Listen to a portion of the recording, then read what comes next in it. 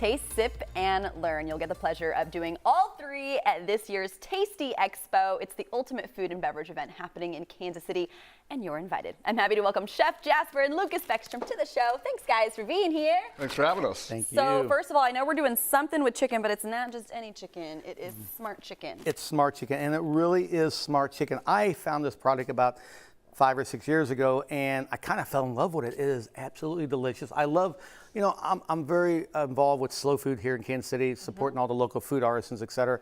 But this here, it's very, very sustainable, and that's what slow food's all about also. So is that what makes it smart? Part of it is that it's sustainable.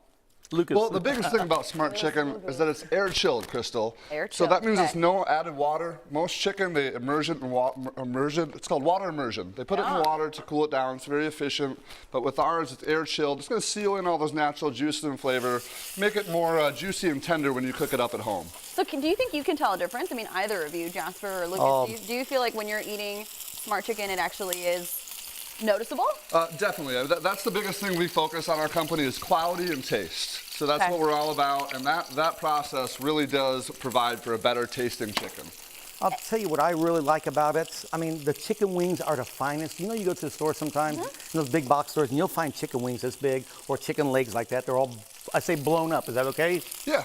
And these are the finest you've ever You're had. kind of like, what chicken is this size? This is the way it's supposed to be. Let's just put it that way. This is what nature calls for. That's always the best compliment we get is people that grew up on a farm. It's like, oh my God, this is what chicken's supposed to taste like. I actually grew up with chickens. I lived in a village in Indonesia where literally they are the most athletic looking chickens. They're skinny and they're fast. And I remember moving here and being like, this looks a little suspect. These do not look like normal chickens. I toured the plant outside of Nebraska, and it's built over what, the largest aqueduct in? Yeah, it's the largest aquifer in North America. So we have our water supply right there. We get grain from local farmers right here in the Midwest. We are located in Nebraska, so it's a local company, and that allows us to have a very small carbon footprint. I like that. I like all of this. Tell me a little bit more about what you're doing, Jasper. So, do we have tips for how to cook this? Yeah, so this is just very quickly, I'm just sauteing the chicken breast. You can pound the chicken breast out if you'd like. You can do thighs, you can do legs, you can get a whole chicken, which I absolutely love the whole chickens. And you can either roast it beforehand, a quick tip, maybe roast it beforehand and then cut it and then make my sauce. And add it to it, and you'll cut the time in half. But very, very quickly, I always like to make sure, and I tell everybody this, have a thermometer handy. Make sure the chicken is at least 165 degrees. That's a rule. That's a rule we have to have. I know. I'm so guilty of this too. I never use a thermometer. I probably should. And then, of course, with the chicken, you know, right now, you see what I'm doing here. This is the best part right here for my sauce. Oh, the crispy part? Yeah, so this is what's going to give it flavor. So we're just going to saute this on both sides. I follow a recipe, but I have to add something extra. I have garlic chives from my wife's garden. I have some fresh local asparagus from Pendleton's. And of course I have some local herbs here. So we're just gonna add this along with the sun-dried tomatoes. I like putting the sun-dried tomatoes in a little bit of water if they're dried. If they're not, if they're in the oil already, that's okay.